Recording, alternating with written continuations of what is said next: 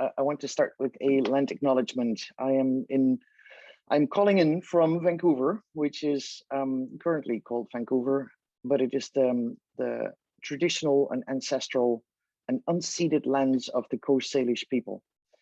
The Coast Salish people are the whole territory of the Coast Salish people stretches from the mouth of the Columbia River back down in Oregon, all the way to the Butte outlet in British Columbia.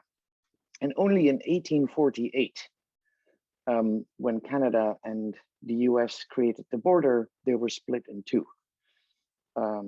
And that, when I read the 1848, I was like, oh, I know that 150 years is Canada, but when you read 1848, you realize how short that is ago, actually, because 150 years sounds long. 1848 is like most of the houses in the Netherlands are older than 1848. So anyway, I had that little reflection in myself. And then we talk about the traditional lands because we recognize how land was traditionally used or occupied by First Nations. And I say ancestral lands to recognize that land is handed down from generation to generation and not sold by deeds. And we say unceded, or I use the word unceded to recognize that the land was never turned over to the crown. It was never given up. So when people say land back, it is because it was stolen. And it, anyway. So I'm calling in from the land that I'm happy and humble to live on and have created my business on. I'm thankful for where I am.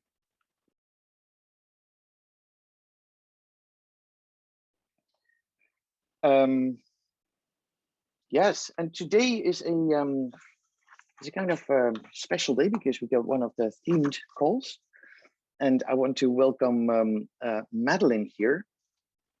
And Madeleine is an author and a social entrepreneur, one of the first in Canada, who is a true trailblazer on what she has established with what got renamed from the Luna Pads to Period Isle.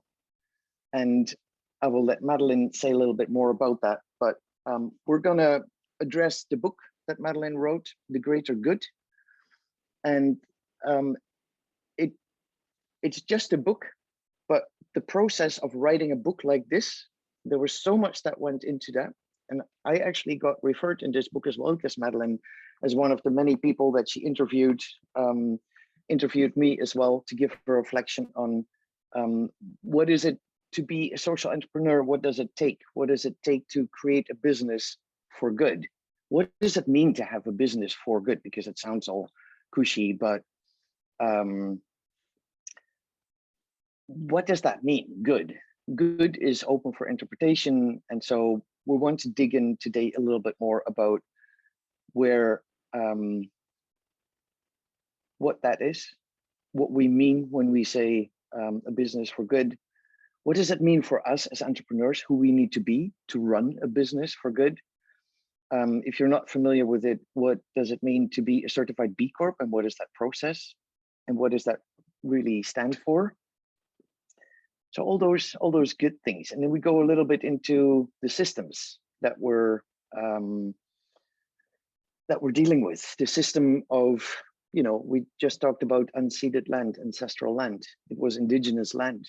Then the occupiers came, the Europeans, the colonizers came.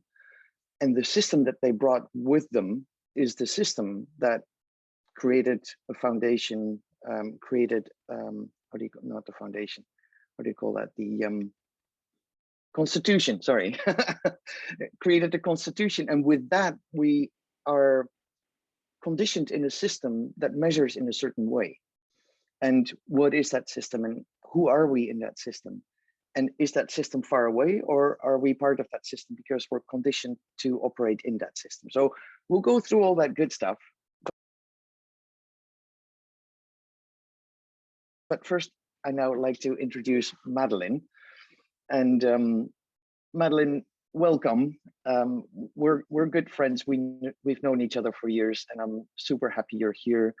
Madeleine is definitely one of the trailblazers that I always follow and highly respect in the field of social entrepreneurship. So welcome, Madeleine.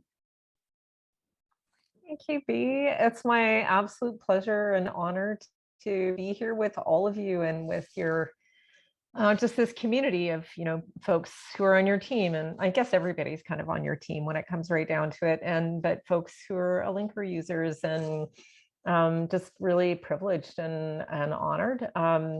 So I guess I would start by saying I'm just a little ways south of you. So the territory that I'm on is definitely Coast Salish, but into lands of the Kwantlen and Stolo nations here. So I'm in Richmond on the banks, the Stolo River, also known as the Fraser River. So I'm next to the airport. So if you hear kind of a little bit of a dull roar outside my window, that's why.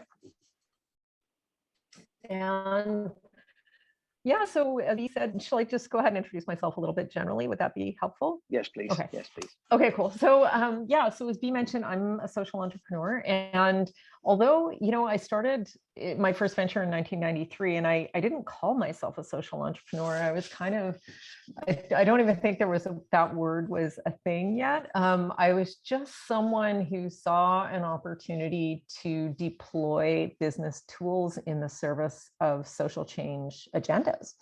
So that was kind of it. And I knew that I just wasn't going to fit in the corporate sort of a traditional working kind of space. Like it just wasn't, for whatever reasons, it wasn't going to happen. I have a long and proud history of kind of personal rebellion and anti-authoritarian behavior that actually, honestly, it dates from when I was about 10 and I got kicked out of Brownies.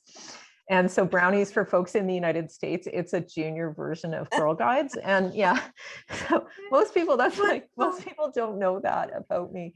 And but that got followed up by getting kicked out of a private girls' school, and then discovering feminism, which was where I belonged all along as a student, university student, and embarking on learning about feminist activist leadership as in my sort of late teens and early 20s.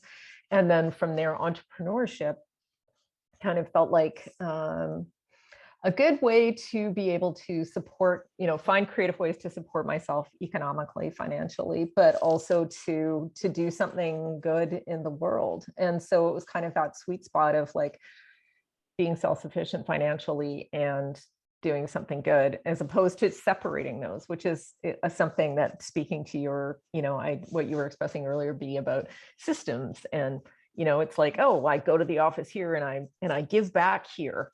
It's like, I always wanted to be all one. So materially speaking, I started my first venture in 1993. I'm developing washable period underwear and cloth menstrual pads. And that came from just some personal stuff. I just couldn't use them anymore. Like the disposable products weren't working for me and giving me infections and rashes. And it was just a bummer. And so I started developing alternatives. And when I did that, I had this kind of moment of epiphany, much like, I'm sure, I don't know if it's analogous, and probably an Linker user who perhaps went from a wheelchair to an Linker, like this idea that you have to do it this way. You just have to do it this way. And my kind of epiphany moment was, it can be another way. And, and B, maybe this is what happened for you in the design process of like, you just need to kind of broaden your mind about what's possible and question the way it's always been done. Because in 1993, washing your own menstrual pads and period underwear was incredibly transgressive. Like, people were just like, ugh, isn't that gross? And I'm like, no, actually, friends, here's what's gross, is cutting down trees and then bleaching them with toxic chemicals and then throwing in a bunch of plastic and then wrapping it in more plastic and then sticking it in your vagina for 2 or 3 hours and then throwing it into a landfill for 500 years. That's gross, and we call that sanitary? I don't think so. Like, not, but it's kind of, I know I'm being a little bit, but B, and how she is, so we can have these frank conversations. But anyway, so I sort of had this moment of epiphany, and that was sort of the harsh, judgy side of it, but the kind beautiful side of it was that when I was a girl and I was anticipating in my mind becoming a woman, which in my mind equated kind of a cisgender perspective, because that was how I identified. Menstruation seemed like a hallmark, like it seemed like that was sort of how you knew. It was like a cairn on the way to getting there. And one more time, that's what was true for me. I'm not suggesting it's universally true for anybody. This is just my story. And I thought it would be cool and special and interesting and okay, maybe a little painful, maybe a little messy, but something that really mattered. But when it came upon me, there was no celebration, there was nothing remarkable or interesting. And I felt saddened by that. And so, fast forward 20 years later, when I started using these washable pads, it changed. I was like, that magic turned out to be there. In other words, that connection to my body, that kind of treating it gently and reverentially and seeing it as a source of information and insight and connection to, like, what is it with the cycles of the moon being 28 days? I mean, come on. Hello. Like, that was the thing that got me when I was a kid. When I found out, like, that one fact, I was like, what the heck? Like, that feels like superpower type material to me. And of course, this is ancient indigenous wisdom. And this is, me as a white settler kid in the 1980s growing up and going, whoa, and so I do want to take a minute to acknowledge that there was nothing, I wasn't discovering anything that wasn't already there. So I decided that to commercialize the products, because that's the only way I could think of to share that feeling, B. Mm-hmm. Hey, and yeah, go ahead. Melanie, I see your hand, but I'd like to go a little bit further on, and we'll get back to your question for sure. Like, you saw something in what was, you questioned something, and I think that's the essence of wanting to do a business for good, whatever that is. We'll get to that. But the fact that you question something, that you experience something and then you question it doesn't exist yet, because it's, all the chemical shit and stuff that is available for women, and just huge stigma on that. I remember that well, all the shame and all that stuff. And everybody here except for Sergio will probably relate to that, how that's like a thing you don't talk about, it's disgusting, whatever. But the fact that you question, like, is that all there is?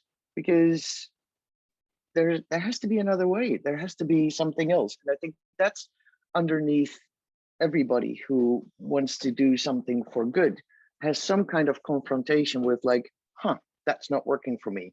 Why is that the only way that's available? Is there another way? And that's, with that awareness, you can start something new.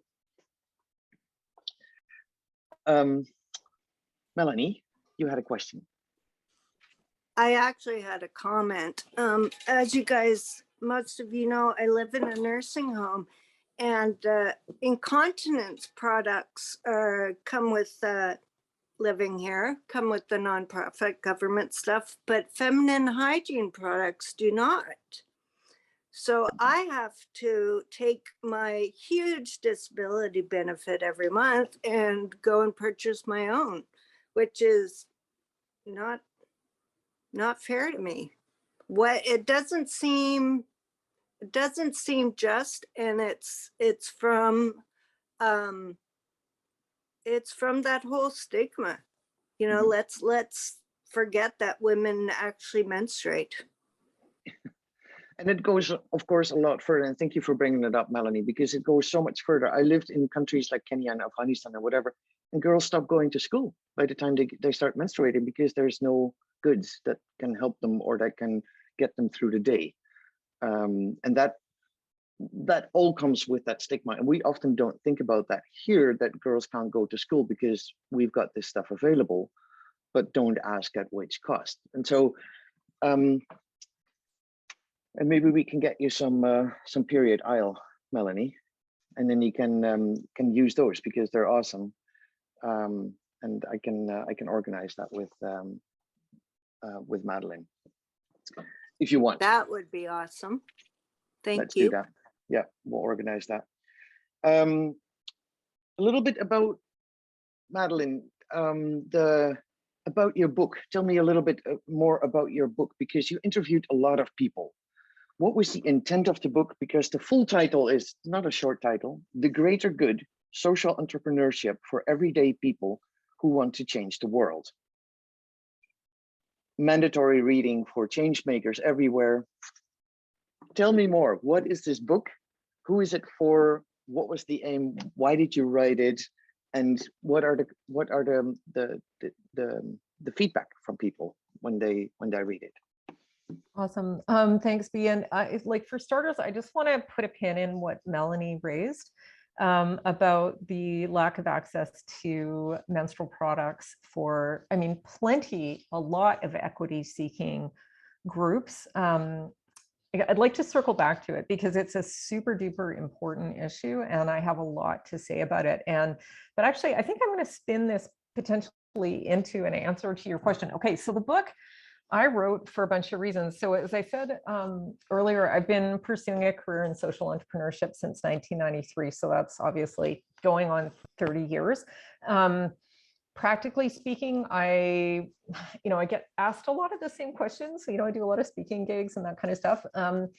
Also the notion of legacy, like the fact that, I've been doing this for so long, it's a relatively new practice. Like what have I learned? It's a lot, but the people part is the most important. This notion of everyday people, just to be perfectly frank, is shorthand for anybody who is not white, male, cis, het, pitching an app in Silicon Valley and trying to raise billions of dollars in venture capital. Do you mean white guys? I do. I mean, and I even mean a very specific type of white guy, because it's this notion of an entrepreneur as being a white guy pitching an app. And this whole circus of venture capital and the Shark Tank, Dragon's Den kind of model, like anything that is not that, because that's part of it. It's not just, it is about the people. And I love your approach of people and systems. It's like there's a really important relationship there. So in my 30 years of experience, I'm very blessed to have made, obviously the acquaintance of B, but also a lot of other people who are of our stripe. Basically folks who see Miss Georgia. Georgia's here, yeah. Yeah, people who see it, like you were just saying, see an opportunity, just are like, why is this like this? Why? I wish somebody would do something about this, or, just this kind of like, sometimes it's friction, sometimes it's love. Sometimes it's like, oh my God, I fell in love with this product because it makes my life, I just have a completely different experience in my body and I feel, whatever, X, Y, Z. And there can be the push or the pull, but either way, there's this moment of kind of transformation, a moment of inspiration and insight where you're like, Melanie, and if, for example, like if you were to say, hey, menstrual equity is a big movement growing in the world, but not enough people are paying attention to folks with disabilities in this conversation. And the fact that I have to pay out of my monthly, not huge amount of pension or whatever the language is around that is unfair upon unfair. Like it's unfair for anyone. But the fact that you've got additional barriers to having to buy those products that you can't afford, that you maybe have to go somewhere to get, et cetera. Like, so if you were to undertake, let's say, to develop a campaign, a visibility campaign for that particular issue, maybe start blogging about it or posting in social or trying to get support or starting a newsletter, I consider that to be an act of social entrepreneurship. So I cast a really wide net. Like, I don't care if you're for-profit, if it's nonprofit, if it's a, international corporation or a project at your kid's school, like it doesn't matter. It's like the part of the point of this is to break down this stereotype that you need to be creating some kind of a scalable, large for-profit venture that's going to disrupt something or whatever. It's like, it's like, this is for everybody else. that is not about that. And so as part of supporting that, and also just sharing, you know, and acknowledging the fact that yes, I have my experience and it's valuable and it's important, but it is the experience of a very particular type of person in a specific context, you know, in specific fields. So I profiled people who do not look like me, who are involved in, you know, services that I know nothing about, and businesses and products that I know nothing about, all of which have social impact, and trying to just basically make the point, like, if you're someone who wants to start something to make the world a better place in any way, shape, or form, like, this is for you. Please come and sit with us. We're not going to be on Dragon's Den. We're not going to be on Shark Tank, but we are going to be building community to find our own unique expressions of making the world a better place. So the book is part a memoir, it's part manual, and it's part just inspiring stories from diverse people of different ways, ideas that they've had, approaches they've taken, and lessons that they've learned. And B is one of them. Yes.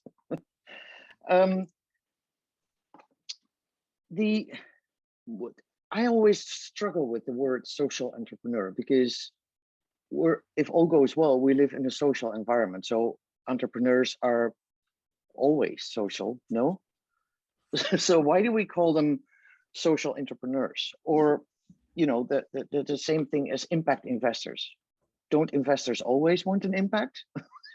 And why is the impact or entrepreneurship always related to revenue, making money? And we need to then say, like, oh, social entrepreneurs or impact investors, to say, like, oh, we're doing something different here.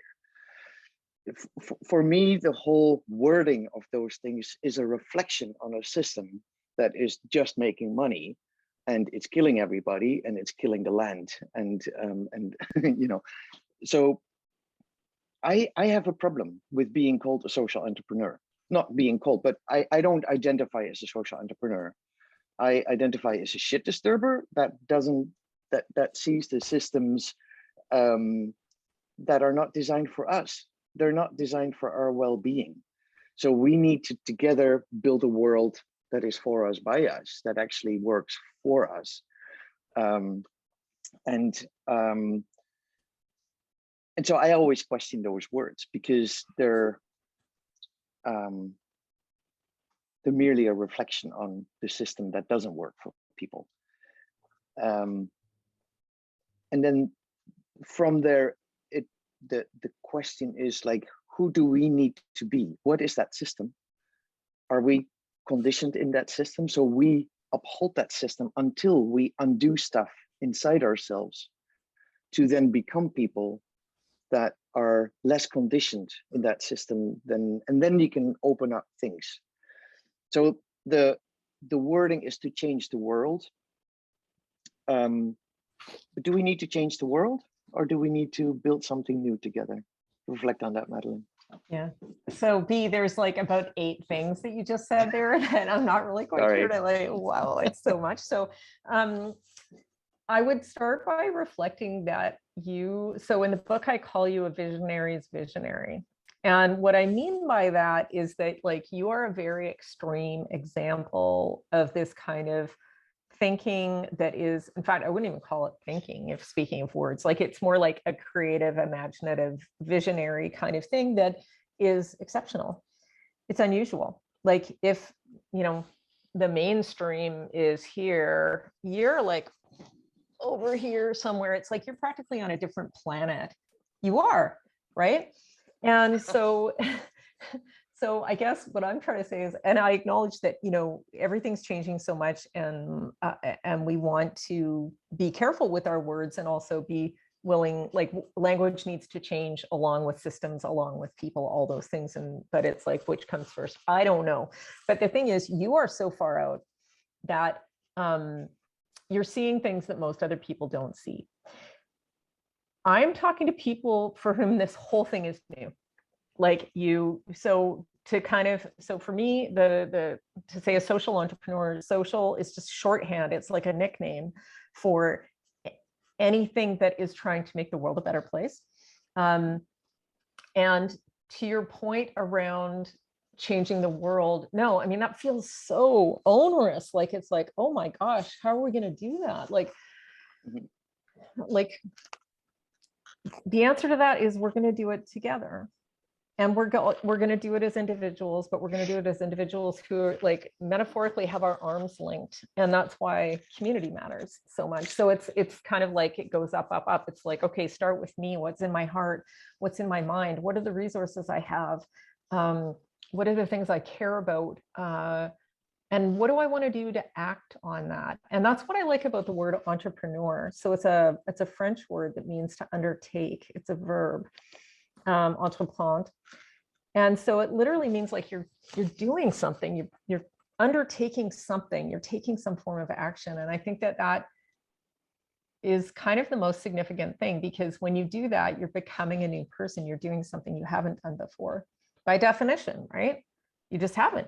It's like, this is new to me. I've never made, you know, a walking bicycle. I've never made a washable menstrual pad. I've never done that. I've never stuck my hand up and said, WTF about this whole thing, or, you know, whatever it is that you're going to do. And so to me, it's like, I think conceptualize it as the individual transformation, and then we create community to support that. And then that's where the world, the lofty, you know, stuff. But when you want to sell a book, you need to, you know, I can't, you know, instead of going, I don't have a word for this yet, but I want to try and tell you about it. And so I guess I just see those things as all linked, and, you know, we're at different phases of that. And that's why, like, to your point, so before this conversation happened, we had a conversation about how many people might come on this call. Would there be 4? Would there be 400? What, you know, what would be the kind of the right number? And of course, we all knew that the answer was, the right number is the number of people who come, and that the more is not necessarily better. And it's about the quality of engagement that we're able to have with one another. And so it's kind of that example of, like, things are not as they appear. Like, these traditional metrics and definitions aren't serving us. And, you know, we need to look at things in a different way. Anyways, I'm rambling, and I don't feel like I necessarily answered your question 100%. I had 8 questions, so I know you don't did. hold that against you. I was like, ah! Yeah. Something that always comes up is in, like, I can be far out there in my mind, but I'm still butting up to the system where I need to make it work if I want to create a business. So I'm constantly wavering between, oh, there's financial systems, there's investors that have a certain mindset. You're always constrained by the scarcity tools of this whole system. Because I think, like, in CEO, I don't know if everybody is familiar with CEO, but it's a network of women supporting women, and it's based on radical generosity. We're not transactional people, we're relational people. So in CEO, we're in relationship, we support each other, and all of a sudden, you can experience what it feels like to be in abundance, because between us, we have everything that we need. So how is your experience? Like, you can try to do something. I want to, you know, build the world for us, by us, and then you're still restricted by all the things that hold you down. I don't have enough money, I don't have enough time, all those things that want to keep us small. Because this system is designed to make us all feel small. That's why we're all divided in small minorities. And the mainstream is actually the only minority that really creates a problem. And the mainstream is not the majority, it's a minority. And all of us are a vast majority of diverse people that just want to be happy. But the mainstream holds the power, that minority. And so you're constantly butting up systems that put you down, that make you live in scarcity. And when you live in scarcity, you can't dream, you can't imagine. So how do you deal with, in your journey as a social entrepreneur, with having a vision and then trying to make that work within that whole thing of scarcity? Because it's painful. It nearly killed me. I always say, like, the linker kept me alive, because I can see what it does to people, At the same time, it nearly killed me, quite literally. And I wouldn't be here if it wasn't for CEO and that I could start experiencing abundance. And that's quite literally, without being dramatic, but I don't think I would be here without CEO, and the Alinker wouldn't be here. So it is super, and you know that because I am the venture in the second cohort of CEO here in Canada. You were part of the very first cohort in Canada. So give a little bit of a reflection, if you wish, about experiencing abundance versus trying to set up what you envision within the whole system of scarcity. Yeah, I mean, I think, B, that you've just articulated kind of the central friction point in that we're at in human history, really, like that being able to see something different and better, or feel it or intuit it and know that it's possible, and yet be still like you've got kind of one foot in what is this constrained just kind of strangled place where it's like, yeah, there isn't enough, and I've got to get more, and I need to win, and you know, whatever, all of this stuff that we're coming out of, like what I sort of see as the dying gasp of this patriarchal white supremacist capitalist like system that is so incredibly powerful. I mean, really, it hasn't existed for all that long, which is always an interesting observation to make. And I guess what I go back to, or what I'm thinking about the most, is biomimicry, and like, what are the systems, like, what will those new systems be?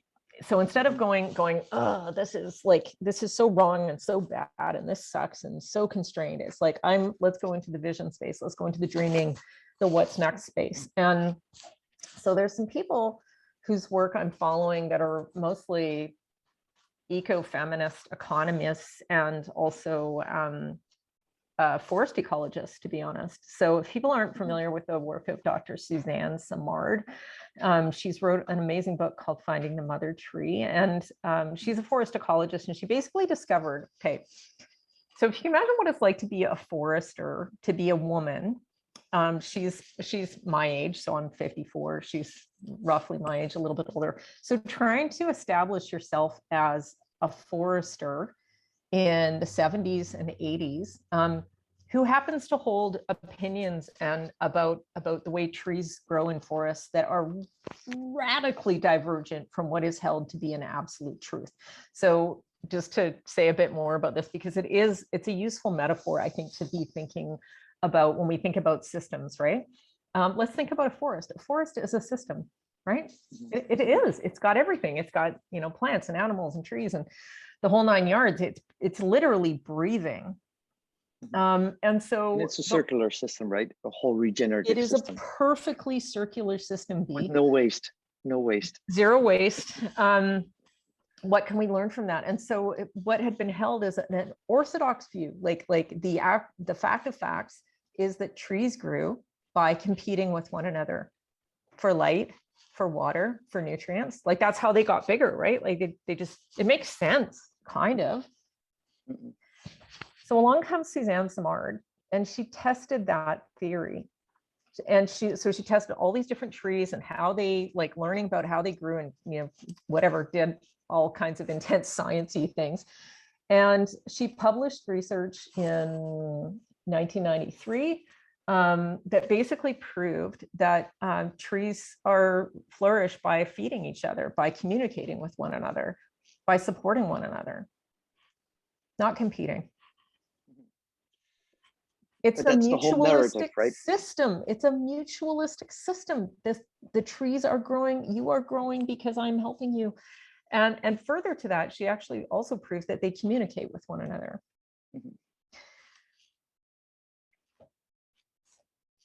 Yes. How about that? How about that?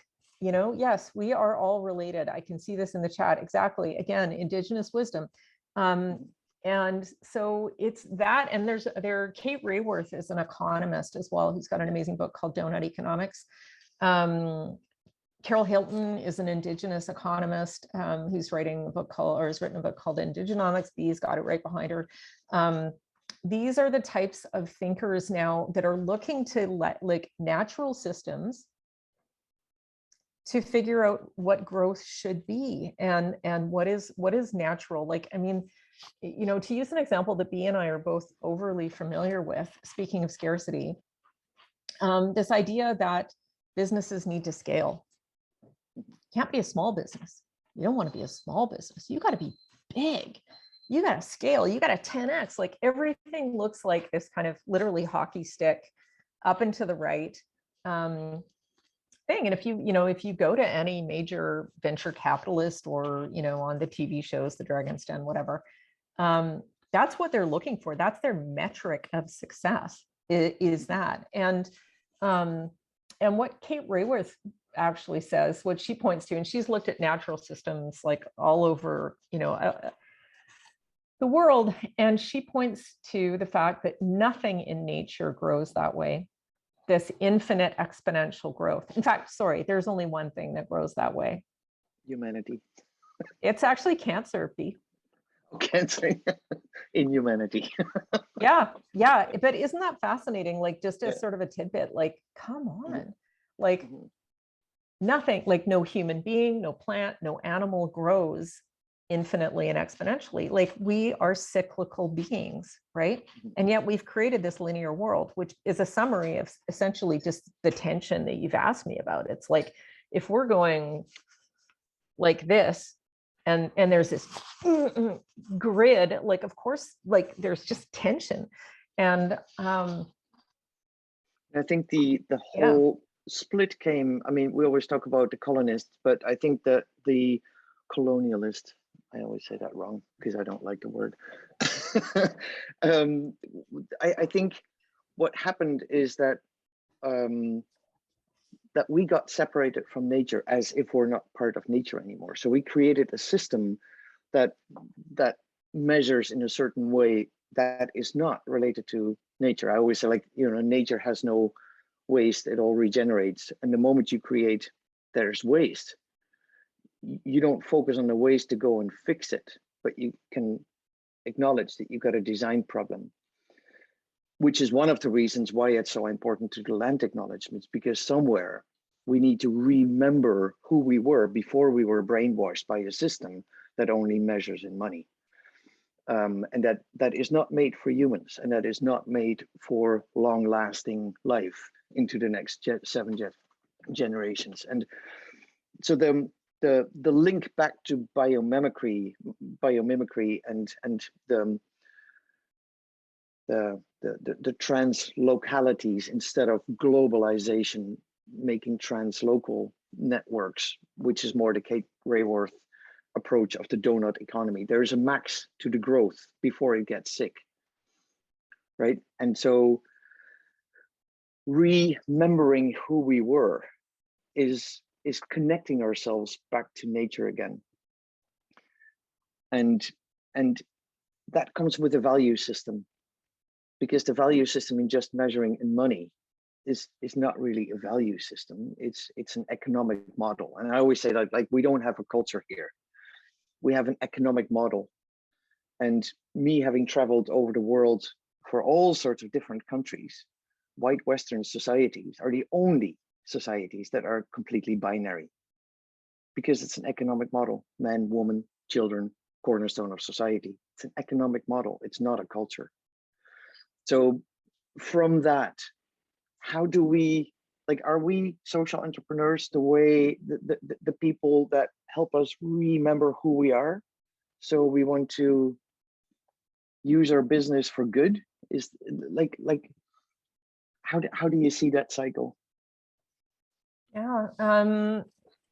Well, I think so. One of the things I talk about in the book is radiance, and radiance means a lot of things, but the one I want to get into first is kind of a sense of congruence or alignment. And what I mean by that is, like, it's, as social entrepreneurs, I don't think it's enough to go, I'm gonna make this green product, I'm gonna make this mobility product, I'm gonna make this socially impactful product. and I'm going to scale the shit out of it, and I'm going to raise as much money as I can, and I'm going to kill the competition, and I'm going to try and keep my, staff costs low, and I'm not going to care about how environmentally friendly, the materials I use are, whatever, but it's reasonable, and it does this thing, and it's good in the world, and I'm going to sell it that way, and whatever. So I think you can sort of see where I'm going with this. Like, there's something out of alignment here. Like, you're sort of saying, picking a green or socially impactful service, and you're just kind of pushing it through the meat grinder of the traditional way of doing things. And what I advocate for is this kind of notion of it's not just about the product. It's not just what you do, it's how you do it, right? Like, what are you bringing to that? And I mean that on an extremely personal level. Because the systems that you're pointing to are going to tell you to, pay people less, because you can't, whatever, people aren't going to, like, look at the innovation that you have done to all these campaigns to provide folks who can't, where are you going to get whatever, a couple grand to buy a linker, and yet you need it so much. And so you innovated, you changed the system with, like, going, oh, they don't have to pay for it, somebody else is going to pay for it, other people we're going to crowdsource this, we're going to do this. So instead of, like, I'm so inspired by that idea, like that one action alone. And we're doing it right now with institutions. Right now, we're getting universities to pay for reusable menstrual products for their students. Yes. These are the people who need them the most and have trouble affording them. Who's got, what students got, $30, $40 to spend on a pair of period underwear? Guess what? They don't. So let's not try and get me as the small business that's trying to, be a B Corp and do all the things right. No. It's not on me. It's on the university. And there's so many ways in which it's just a different way of thinking. Again, and it isn't about, like, the traditional business wisdom would go, well, put it on sale, and you've got to compete with the whatever your competitors who are doing things for less or whatever. And it's like, that's just getting sucked into that vortex of the old way of thinking. Mm-hmm. And so I always feel that as long as we focus on the problem to try and fix, these are not problems to fix, right? Because they're symptoms of what the system creates as waste products. And so doing things differently is not playing them by the rules of the system, but doing something very different. And for me, that means we need to be different. For me, it starts with, like, who am I? And from you, I know that the same thing. Like, who am I as a social entrepreneur? And how do I model things? Because as long as you fix problems, or try to fix problems, the energy is gone, because you only are in the problem solution kind of mindset, and it drains you. As soon as you imagine something different and dream about something else, people are like, oh, that's attractive, I want to be part of that. And so the attraction that you build is where people can change without understanding that they're actually changing. And the friction is then always like, how do you get bigger institutions like universities, you say? And that takes decades. You've been at it for decades, and now universities start paying for washable underwear. It changes the system, but not by trying to change the system. It changes the system because you build something that is imaginative and attractive to people. It's like, oh my God, of course. So you have to sort of live in your dream already. People sometimes say, like, oh, you're so all over the place and a dreamer. It's like, that's exactly where people get attracted to, because they need something to look forward to, instead of trying to like, so many problems. It's so draining. Like, the whole world is full of problems, and then we're all like, so like, oh my God, where do we begin? But if you don't focus, if you focus on the problem, all you see is that problem, and then it instantly drains you. But if you live into, like, this is what that could look like. This is, what about we have a community where people acknowledge each other? It doesn't cost anything. You just have to acknowledge each other for who we are, who we decide to be. And in that, creating that image. So how do you, with Isle or period Isle right now, before Luna Pads, how do you create that imagination that people can start seeing it? Or how have you done that over the decades that now universities come on board? Yeah, so this is super interesting, Guy, and I'm so glad you're interested in this idea. And so one of the things that in fact, I did it this morning on a call with the Bank of Montreal. And so folks calling in from the United States, there are only about 5 or 6 major banks in Canada. And so it's one of the biggest. And so I was pitching them on this idea, because this menstrual equity in the workplace, like we're going to have federal legislation happening very soon in Canada for people to need to do this. So basically what that looks like for most people is providing free pads and tampons, disposables in bathrooms, and people just going, problem solved. It's like, no, problem not solved from an access perspective, not solved from an environmental perspective.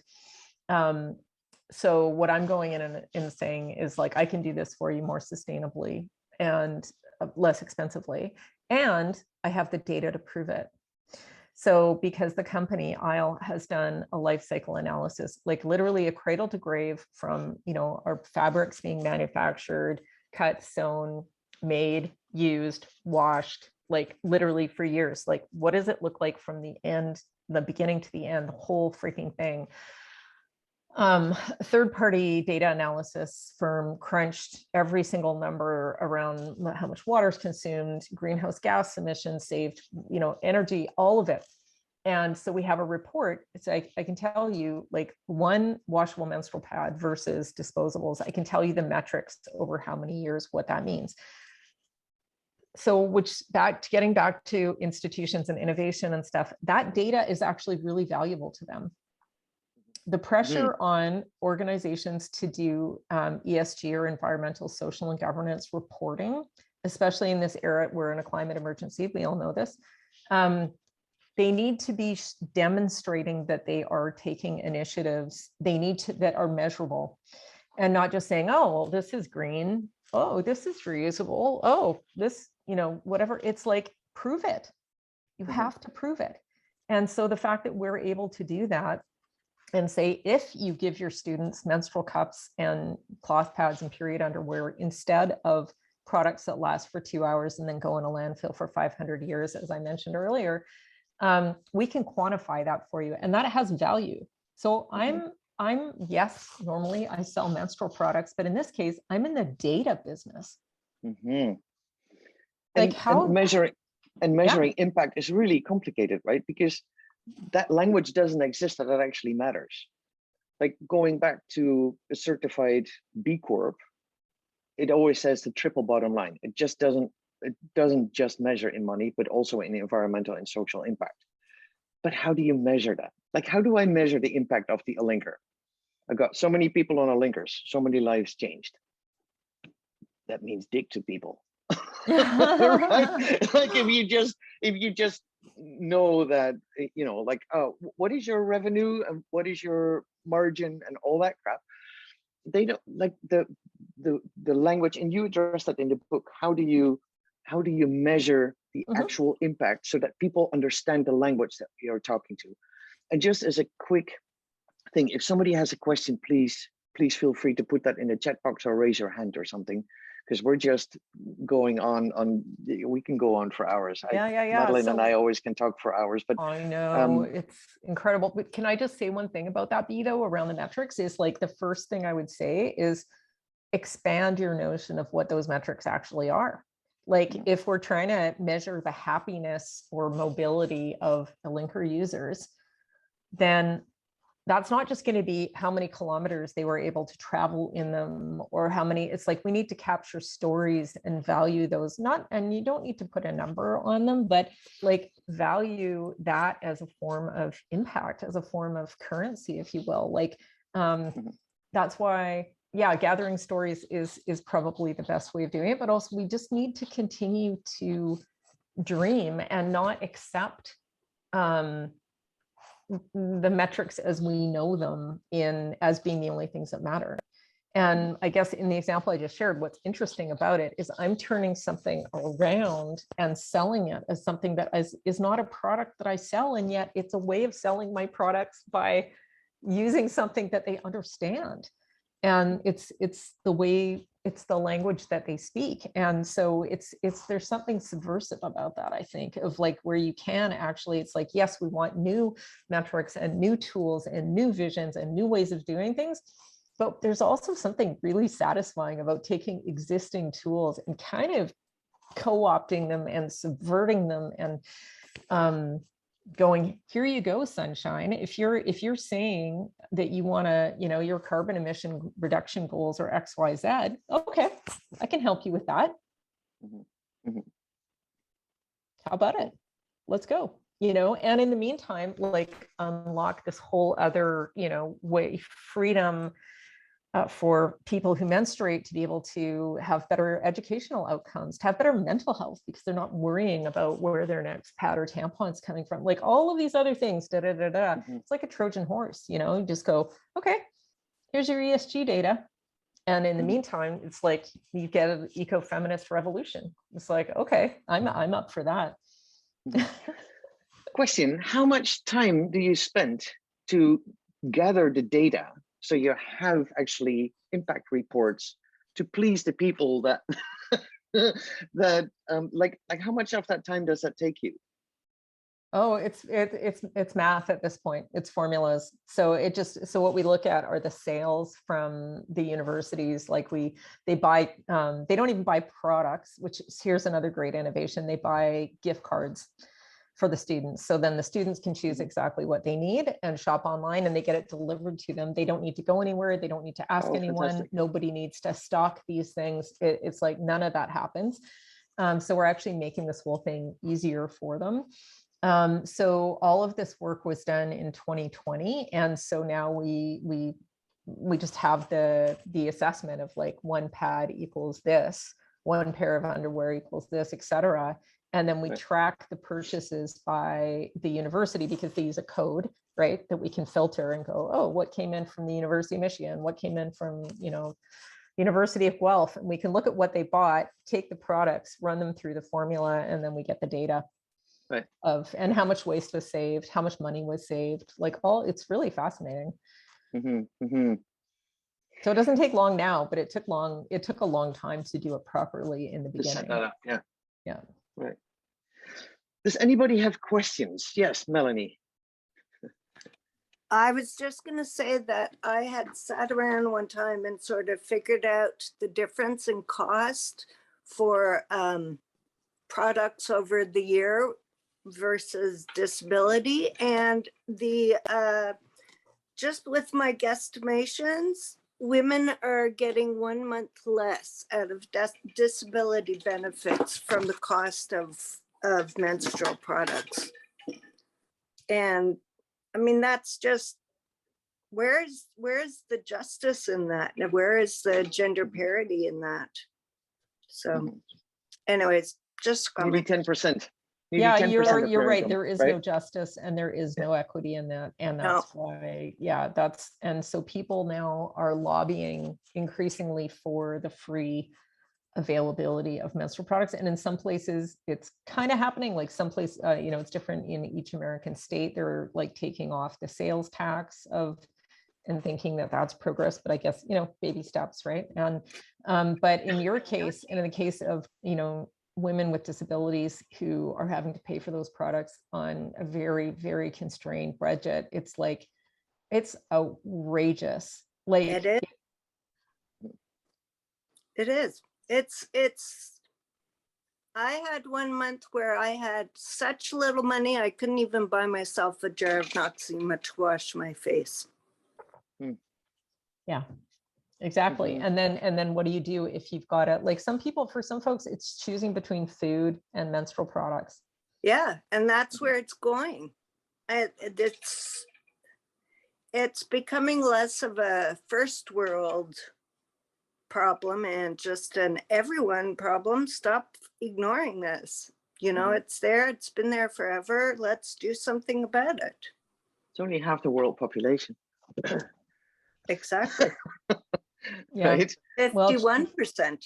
that's right. And I mean, change is happening, but as your story illustrates, it's not happening. We're not done yet. We're far from done, and it's not happening fast enough. And I'm really, really grateful to hear your story. And I've actually got this written down, and I'd be very happy to send you some products as well. I would love that. That would mean a lot. And you know, it's funny because I see the city of Halifax is trying to do stuff. You know, there's free menstrual products at the library, and a lot of the city places they're doing it. But why? I don't know. It's very frustrating to see, to be patient, to have patience. Yeah, You no know? kidding. Yeah, I mean, it's an urgent need. It's like, what are you going to do? Are you going to make your period wait? Yeah, exactly. Yeah, exactly. I don't think so. I have a question, if I may. I don't need period pads. I'm 63 next month. Baby boomers are a huge population now. Look, I'm stunned by the amount of advertising for urinary incontinence products on the news. The stores are filled with them. We're embarrassed about picking them up. What is there a washable anything out there? Yeah, absolutely. Great question. And thank you for that. There are a lot of washable and reusable incontinence products out there. And I would just propose a Google search for that. And yeah, no, of course. And because again, they're not on the shelves at Shoppers Drug Mart. And so most people don't know about them. But they use there's different fabrics and construction involved with those types of products than there are with menstrual products. And so we've just chosen to really kind of, this is our lane and this is where we're focusing. But yeah, you shouldn't have any trouble locating them. And I've seen them, I've bought them before to see what they're made of and that type of thing. So yeah, absolutely. Good for you. Thank you. I'll check them out. I'll Google search it now. Any more questions? Because we're coming to the top of the hour. Just trying to see if my next meeting's starting at 12 or at 12:30. The time constraints. Mm-hmm. Reflections, questions? This has been a great conversation, Bea. Yeah, thank you so much, Madeleine, for showing up here and being in community with a bit of the taste of a linker community here. Yeah, absolutely. I've got a few more minutes. I'm not starting, my call is not at 12, it's at 12:30. So if anybody has a question or anything they want to share, I'd love to hear it. And I'm not jumping off the call. It's just very inspiring to hear like how, you know, in the business world, which for most of us is it's not accessible. The business world is the world of men and one percenters. So to hear this and then to know that, yes, you do have to start with a bit of a dream project and then go stochastically into your path. And then hopefully, like, you know, one thing leads to another, but it's just really inspiring. So thank you so much. Oh my goodness. Thank you, Ozma. And yeah, no, those are really kind words. And B, you know what I'd really love to do is just, there aren't a lot of people on the call, but I'll send you an ebook version of the book and you can just send it to everybody who attended today as a gift. And I know you'll need an e-reader and I acknowledge that some of you may not have those, but I think you can probably read it on a tablet. I wouldn't recommend trying to read it on your phone, but anyways, I just want to make that offer as a gift, but on the understanding that that may not be accessible to everybody. That's super sweet. Anybody problems with electronic books? Like a Kindle or a Kobo or an iPad, something like that, you should be able to open it. Yeah. Wonderful. Wonderful. What a gift. Thank you. Yes, thank you very much. Is there an audiobook version? Not yet. I know it's a great question. I can't afford to have it made right now. That's my problem. And it's just like getting the book. It's been a huge undertaking and thank you for that. And there are a lot of people who would like for there to be an audiobook and I would like there to be an audiobook as well, because of course it makes it more accessible. to lots of people. I understand that, and I'm just not quite there yet. But what I am doing right now, though, is investing in it being made into a curriculum. So the book can be taught at universities and colleges and that type of thing. So and used in that way with like lesson plans and that sort of thing. So the audiobook, I think, will come maybe at the end of this year. One quick question. I'm curious, like, how long was the whole process of writing the book? Like, how many years did it take? So I started writing it at the beginning of COVID, and then it was published in October.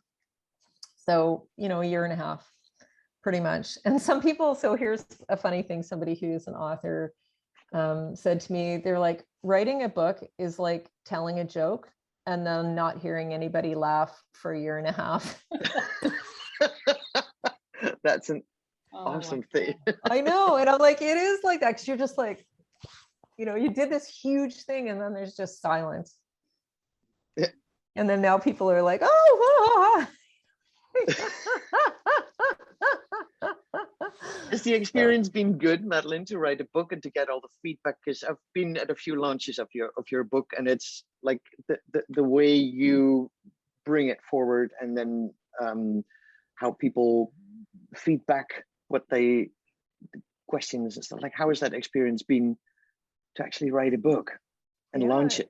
Well, it was almost like a whole other venture. Like, I had to do all the things I tell people to do in the book that I haven't done for so long. Like, I needed to learn how to think about myself differently. It was like, oh, I'm a writer. Am I really a writer? Can I tell people that without feeling stupid?